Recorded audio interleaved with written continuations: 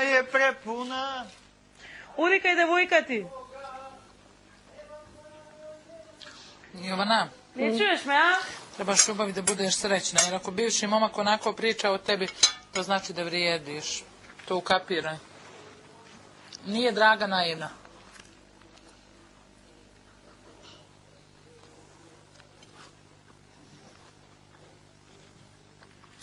I sad znaš da svaka neprespavana noć i svaka suza je bila vrijedna.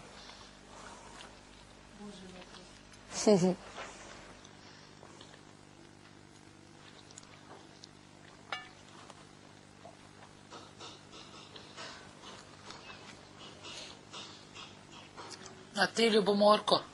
Ko? Ti? Na koga? Na koga? Realno nemaš na koga, nego tako ti naiđe. Ma, gledaš? Iskaj šo kaža? Imaš li ti mozak? Kaj ga te to pitam? Ko prva работа ja, не ми се сега такви мушкарци како што е Мануел, ко друга работа нема веза за изглед, него за понашање и за тие ствари. Нису ми занимливи уопште. Че да не ме чуе. Ко трета работа, никад нисам љубоморна. Ко четврта работа, сакам типси понашање како него. Е така. Специфични. Што би рекол Мануел, ненормални.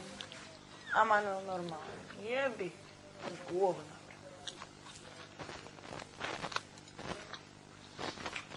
Joj, me boli.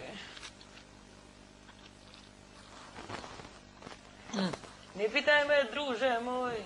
Da mi je provalčujem se ovaj Jovanin bavi. A?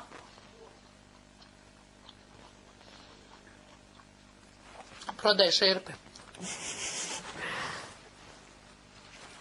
Добро, што е со задатаков? Не ни кажа дали ни успешен, не ни успешен, ништо ни не јави. Ајде, брате.